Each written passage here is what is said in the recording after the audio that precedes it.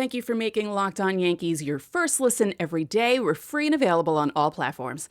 On today's show, the Yankees' ZiPS projections on Fangraphs are out. We'll look at them. Freddie Freeman is a name that keeps popping up when people write about the Yankees and what they might do once this pesky lockout is over, if it's ever over.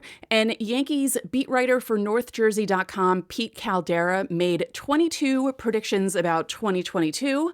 We'll go through some of them. They're funny predictions. They're not really serious. And more next on Locked On Yankees.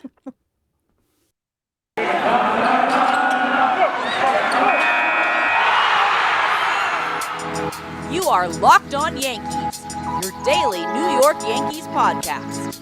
Part of the Locked On Podcast Network, your team every day.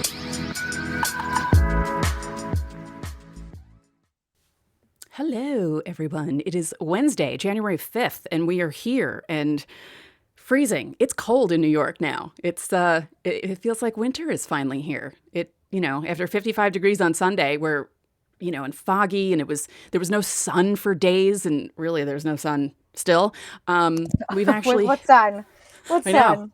know. I feel like I haven't seen the sun in 2 weeks. I was in California for a week and a half, and it was pouring rain the entire time. I haven't seen the sun and then I was in Minnesota. I haven't seen the sun in weeks. Yeah, does it and exist it feels like anymore? Yeah, and it feels like it's like that too, because my mom said it about 2 days ago. She's like, "Have we seen the sun in the last week?" And I thought about it and was like, I don't think so. I almost forget what it looks like to look outside and see something bright in the sky instead of just dreary and gray. But yeah, we're in the doldrums of winter, and baseball isn't really helping. Before we get into everything, you can listen to us on Apple Podcasts, Google Podcasts, Odyssey, Spotify, Stitcher. You can watch us on YouTube and subscribe. We're slowly inching towards 700 subscribers, so thank you for that. That's pretty cool. You can tell your smart device to play podcast Locked On Yankees as well, and it does work. I've tried it. Fangraphs came out with, well, they do it every year. Dan Szymborski does his ZiPS projections. They originated at Baseball Think Factory. He's been doing it on Fangraphs for a decade now, and the Yankees predictions came out. And just a quick refresher here in case people don't actually know how ZiPS works. It's like how Baseball Prospectus has PECOTA and it's all the different stuff. I mean, I wish I was smart enough to come up with either a projection system or a stat. I did come up with a stat a few years ago that was kind of funny, and now I can't even remember the name, but Jay Jaffe actually liked it. And considering Jay Jaffe came up with Jaws for the Hall of Fame, yeah, I was pretty excited that he liked my I have to look that up on Twitter. Based on data modeling. Mm-hmm. And I do not do math well, so I defer to people who are smarter than me when it comes to data modeling. But data modeling and projections can be very useful in trying to sort of glean what a player is going to be like in the coming season or two. Right. Even beyond sometimes, where their career trajectory in the short term, let's call it that. Yeah, so ZiPS uses growth and decline curves based on player type to find trends. Then it factors those trends into the past performance of those players to come up with projections. It uses statistics from the previous 4 years for players from ages 24 to 38, and it weights more recent seasons heavier, which makes sense. For younger or older players, it uses weighted statistics from only the previous 3 seasons, and it factors velocities, injury data and play-by-play data into its equations. So yeah, my brain just exploded thinking about all that stuff that goes into this. So I'm going to open up the link on my phone because my computer is too far away from my face for me to read anything. And so I looked at these briefly, and there's a bit of an explanation for things. Obviously, some guys aren't going to be, we talk about DJ LeMahieu all the time. This ZiPS doesn't see him having an elite season. Yeah, that's what stood out to me. And the other one that stood out to me was they said Giancarlo Stanton, instead of his season last year, instead of, what is it? I have notes right here. My desk is so small. My desk is very tiny. I have a small room. As you can see, there's a pitched roof and everything in here. I live in a converted attic.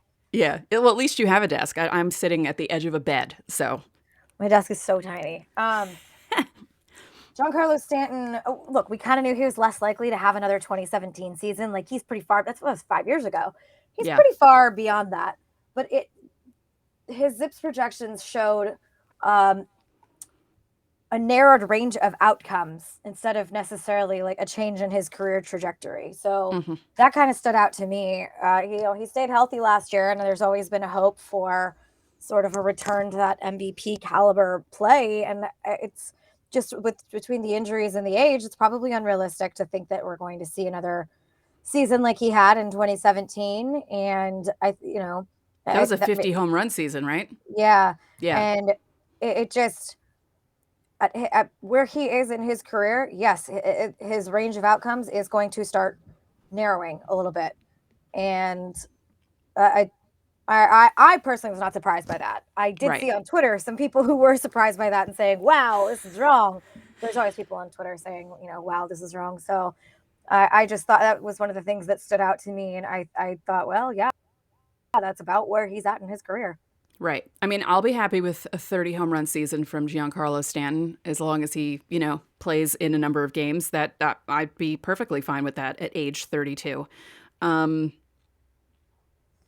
see.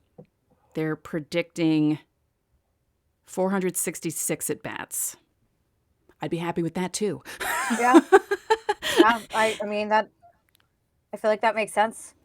That's about what you should expect from him at this point. And if you get more, then that's a bonus. And then you have, Zips goes through everything. So it goes through the batters, it goes through the pitchers. It gives you an idea of what to expect. I mean, it's not foolproof, and it's not, they're not definitely predicting, because the same thing happens with PECOTA. I mean, PECOTA had the Yankees doing really well. And not that they were terrible. They won 92 games, but, things happen. So I just always find this stuff fascinating, as I said. Zips and as you said, with the data stuff. Bullpen. Yeah, Zips favored the bullpen, highly favored the bullpen. Yeah. There were some things. I think it said Nestor Cortez is maybe not going to have the same type of breakout year that he had this year, but otherwise the bullpen. It said Zips thinks that Nestor Cortez will be adequate, but not at his 2021 breakout level. Which, okay, yeah. Well, yeah. I mean, no one expected that, especially given how he's not overpowering. And actually, hold on. I saw a post on, what was it? It was on Instagram about Nestor Cortez and his pitches and where they ranked. Oh, the 3 best pitches on the Yankees according to run value. Garrett Cole's fastball, makes sense. Jonathan Loaizaga's sinker, and Nestor Cortez's fastball. Now, the difference between Garrett Cole's fastball and Nestor Cortez's fastball is like at least 7 miles an hour at some point. Quite a few velos. Yeah, it's interesting. But the other one, I mean, between Joely Rodriguez, that's somebody that says the computer favors Jimmy Cordero. I mean, Zips thinks very highly of the bullpen. The rotation, maybe not quite as much. Right. I thought this was a funny line that Dan Szymborski had. He said Jordan Montgomery is the best of the rest. He survived 2021. Survived 2020. Didn't we all survive 2021? I mean, did anybody really thrive in 2021? Certainly not the Yankees. Yeah, I mean, and Jordan Montgomery, we talked about this. There was a month and a half there where the Yankees did not give him run support, and he lost a bunch of decisions or didn't get a bunch of decisions because of the offense screwing him, because he looked pretty good, considering it was his first full season coming back from Tommy John. And I feel like he can still get better. So I'm hoping that that's what happens for him in 2022. That would be nice. Jameson Taillon's coming back from the ankle surgery and the injury. That's questionable. Garrett Cole, I'm not worried about Garrett Cole. I'm worried about him staying healthy, but I'm worried about that with everyone. And, he's Garrett Cole. I think he'll be fine. Will he be Garrett Cole of 3 seasons ago? Maybe not, but I'm not really worried about him. But yeah, the rest of the pitching staff, the rest of the rotation that doesn't really exist yet, because there are a couple holes there. And, with Luis Severino coming back from injury, yes, we saw him a couple times at the end of last season, but he's always a big question mark. So, We'll see The how things rotation go. really is a big question mark, and the Yankees have quite a few on the field right now, but the rotation to me still stands out as, and I've talked about it, I've talked about it at length, but the defense is probably the biggest question mark. And then behind the defense, it's got to be like 1A and 1B are the two biggest concerns. 1A Right. is the defense, especially the infield. Well, I guess the defense all over because center field's a big problem. You don't know if Aaron Hicks is reliable, and then the rotation. It's just there's some drop off after Garrett Cole, and there's some guys that gave some really gutsy, good performances last year. But can you really rely on Jameson Tyone for an entire season, like with all the injuries he's had, and Jordan Montgomery and Luis Severino, both they're not elite like Cole. And this is the Yankees. This is a team that is known to have stack elite starters on top of one another, and that's not happening right now. And I just I don't know that I worry about Garrett Cole in the same reason you're saying that you worry about, like, he's an elite pitcher. He's going to figure it out without the sticky stuff. Right. Every good pitcher will figure it out without the sticky stuff.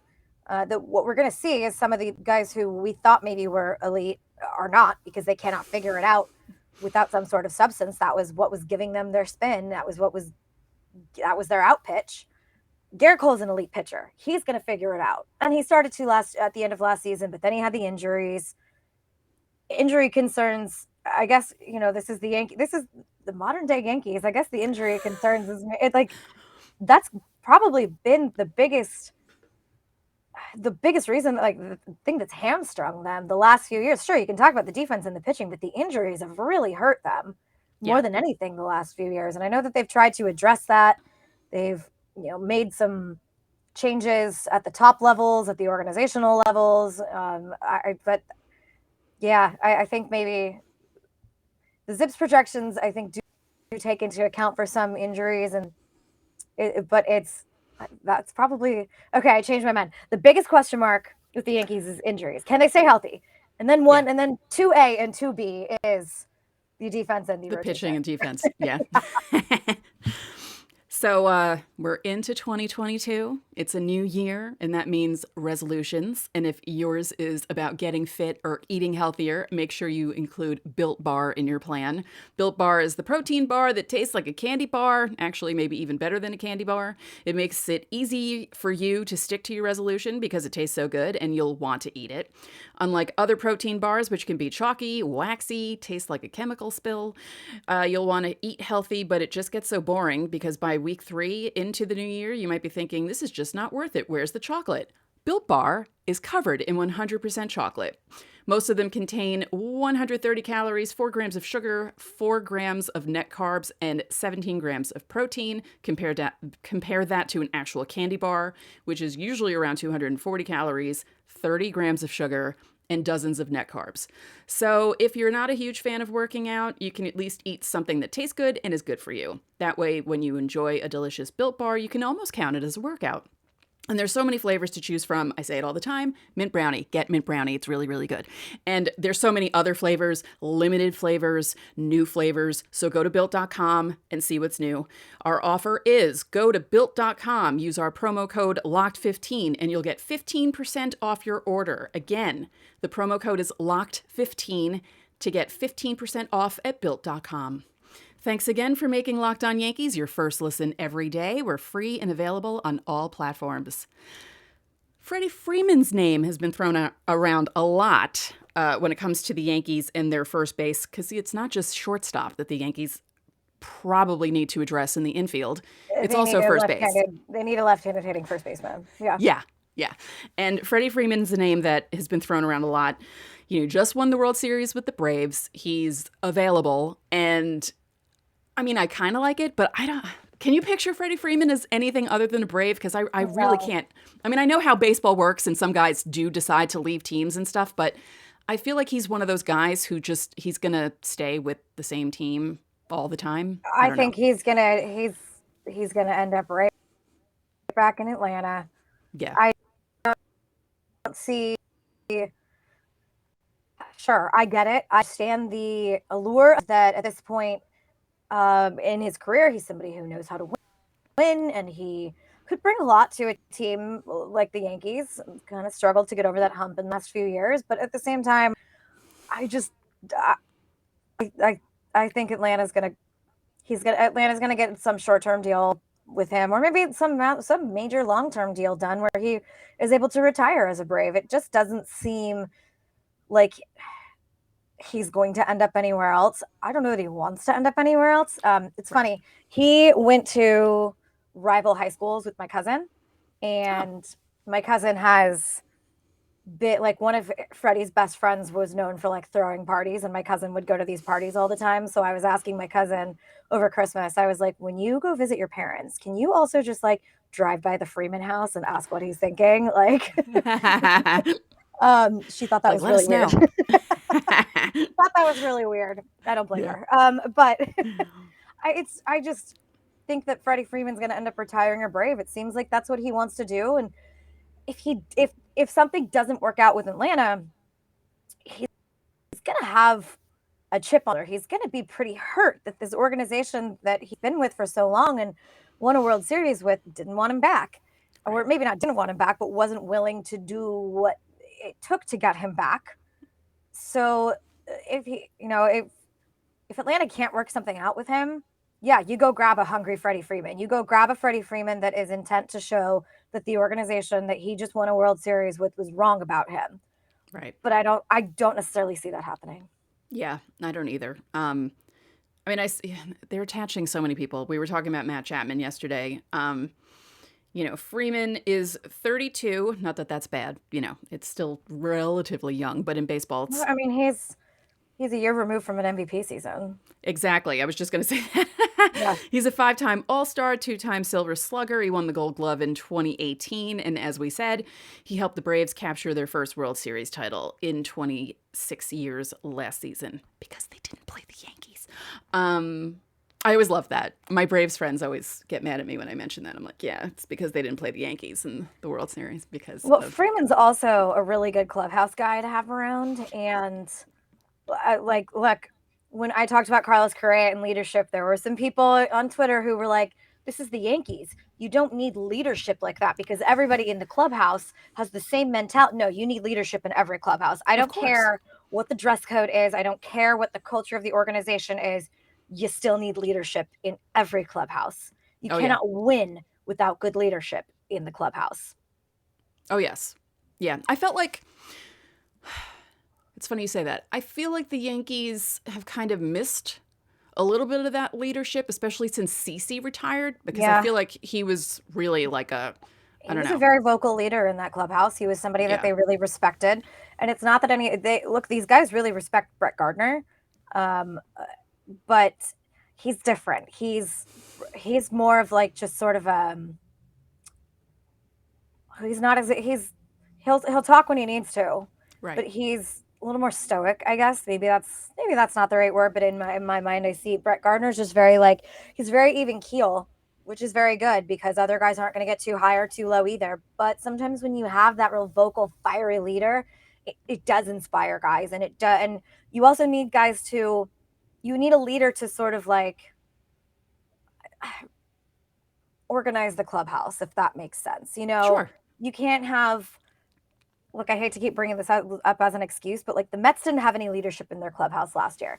And they had a lot of guys that the clubhouse chemistry, they thought they had great clubhouse chemistry. And it turns out it was just factions in the clubhouse that didn't necessarily get along with each other, or they weren't necessarily like close with each other. Not that you have to be best friends with everybody in the clubhouse, but there's got to be a hierarchy and there's got to be a respect level. And if you don't have that, it's going to show on the field. Somebody botches a defensive play, and instead of just shaking it off as one bad play, it leads to like bad blood and resentment for a couple days. That's something that can happen if you don't have good leadership. Every clubhouse needs strong leadership. I don't care whether you are the Yankees or the Showtime Lakers. You have to have good clubhouse leadership. And it's going to, if you have factions in the clubhouse that are not getting along, it's going to bleed out into play, and it's not a good thing. So, yeah, I think maybe Freddie Freeman, I don't know that he's going to come into the expectation of somebody to come into a new team and lead. That's inaccurate and that's unfair. But Right. I think he's a good clubhouse guy to have around, and I mean, he'd make a positive impact. Not that he would be a leader, but he would make a positive impact. Yeah. I mean, I'm of the feeling or the wanting of a left-handed first baseman again. Yeah. But You know, there are other ones available, like right. just re-sign Rizzo. He showed an ability to play in a big market, And he seems to and want to stay. He seems to like it here. So I don't know why they wouldn't. yeah, Yeah, they I could go agree with after that. Yankees could go after Greg Bird or Mike Ford again. I'm joking. I'm poor, joking. For those poor of you that Greg can't see Bird. me laughing on the podcast, She's I'm laughing, I joking. swear. Yeah, Yeah, poor Greg Bird. Just, my goodness, talking about injuries and just yeah, constant. He had some really good moments. That home run off Andrew Miller in 2017 is still one of the best. I mean, it is one of the best Yankee moments of the last 10 years. And it's just a shame that he couldn't stay healthy because he yeah. would have been I think he could have been one of those guys. And it just didn't happen. And that kind of sucks. Actually, where is he now? Do we even He know? was with He was with Texas, right? Was that who he was with? I'm trying to remember. Colorado this last season, Oh, right. Okay. at Yeah. least for the part of the season. Did he get traded this season, or am I thinking of somebody else? I don't know. Sometimes all the transactions blur together in my mind. Yeah. Yeah. It's like, wait, Sometimes is it? I can remember super specific ones, and sometimes they all blur together. It just Yeah. depends. Maybe I haven't had enough coffee this morning. Do I ever have enough coffee? I actually had too much coffee. I'll admit that. I had two big, I have a big Winnie the Pooh mug that I had two things. And then when my brother called and said that he had to come back from work because school was canceled, he's like, I'm going to Dunkin'. You want something? I was like, yes, I want a large peppermint mocha. Thank you. And then I drank a large peppermint mocha on top of the giant coffees that I already had. So I'm kind of like, ooh. So yeah. Well, what you guys didn't see was right before we started recording, I spilled all of this all over myself and the kitchen. So this is I don't have enough for today because I spilled most of it. It's something that happens to me often. Now, before we get to segment 3, which was the predictions for 2022, and as I said in the open, they're funny predictions. They're not real predictions, but kind of, because some of the predictions that Pete Caldera made for 2021 actually happened. So before we get into that, BetOnline has you covered this holiday season, because we are technically still in the holiday season. Epiphany hasn't happened yet. With more props, odds, and lines than ever before as football continues its march through the college bowl season, right? Because there's still more college bowl games left. The championship hasn't happened. And the pro football playoffs. Not that you guys in New York have anything to worry about with NFL playoffs. BetOnline remains your number one spot for all the sports action this season. Head to the website or use your mobile device to sign up today and receive your 50% welcome bonus on your first deposit. Just use our promo code LOCKEDON to receive that bonus. From basketball, football, NHL, boxing, and UFC, right to your favorite Vegas casino games, don't wait to take advantage of all the amazing offers for the 2021 season. BetOnline is the fastest and easiest way to bet on all your favorite sports, so don't wait to take advantage of all the new amazing offers available. BetOnline, where the game starts. Man, it's awful being a New York football fan. I'm a Giants fan. I and I can't even make fun of my Jet fan friends because the Giants have been atrocious basically since they won the Super Bowl in 2012. It's been 10 years of atrociousness. So I can't even make fun of my Jet fan friends as much as I'd love to because, Wow. I find that Jet fans and Met fans, they're usually, Yes. Jets, Mets, Islanders. Yeah. yeah, and they have the same hopeful enthusiasm when the season starts. And then within like a game, everything's like, again. Yeah, the Jets and the Mets are the two teams also that ownership really runs the show, and ownership shouldn't always run the show. Yeah, yeah. Islanders, I can't say the same, but I don't know. I don't have a soul. I'm not a fan of any team except the Long Beach State Dirtbags, you know? Like I've been working in this industry for so long that like I don't know how to cheer. If the Sacramento Kings ever got good again, then I would probably like maybe find that piece of me that used to know how to be a fan. But like, man, Alvin Gentry is like throwing fits on the sidelines because the Kings are so bad. Like, my friends were sending me videos of Alvin Gentry last night, being like, "Wow, this is your team." I'm like, "Oh, I haven't paid attention to them in years." I mean, the last game that I watched was Luke Walton's last game before they fired him, and a fan threw up all over like the courtside, or he threw up all over the sidelines on the side of the court, and they had to escort him out. That will forever be known as the Puke Walton game. And Oh. as long as there is still dysfunction and chaos in Sacramento, that's the only team that like I really kept as being a fan of. And I'm just gonna do my job and watch sports for work and not to get emotionally invested or involved because it's heartbreaking. It is. It is. It's exhausting. I can't take it. I try to not get so, I said this on a previous show. It used to take me days to recover from the Yankees losing the playoffs. Now it's about 5 minutes because I'm like, all right, whatever, it's done. No big deal. But in my 20s, forget it. It was crazy. So, okay. The predictions that Pete Caldera made. 3 predictions that they made for 2021 that he got right. The Yankees would beat the Rays on the season's last day to clinch the AL wildcard spot, or an AL wildcard spot, one of them.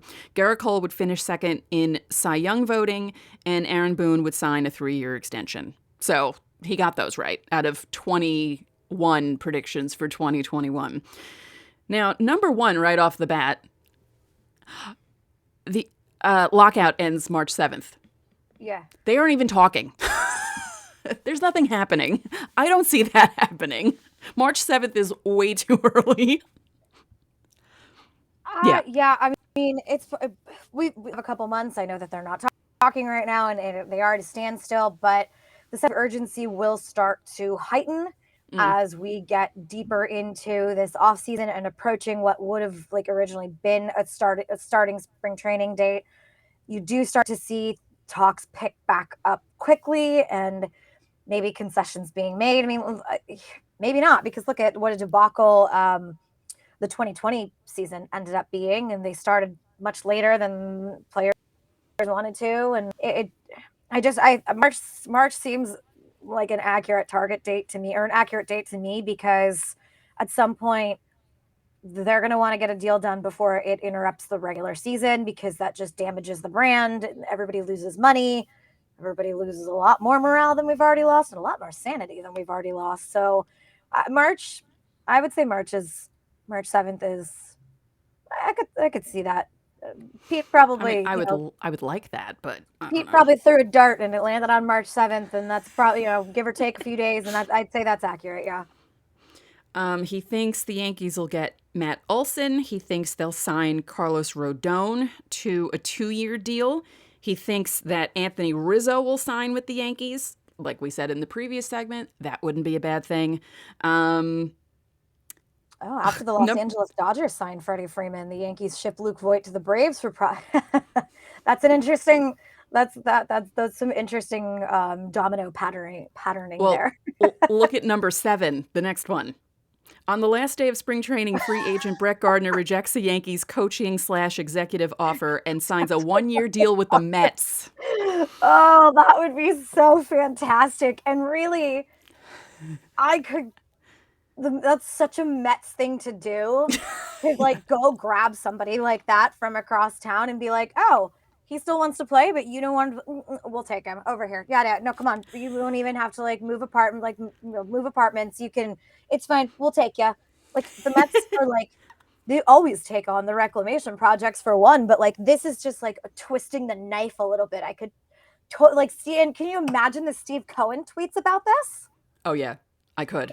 Now, speaking of that, Number 9, because we're not going to go through all 22. It's too much. Number 9, Yankees lose their home opener to the Red Sox, falling to 1-7 to start the season. Currently trending on Twitter, fire Cashman, fire Boone, sell the Yanks. Which I could see that happening. I always think back to 1998 when they started 1-4. And I think back to, or I wonder what it would have been like if Twitter was in existence in 1998, because I remember people being like, what the hell? You know, and then we all know what happened in 1998.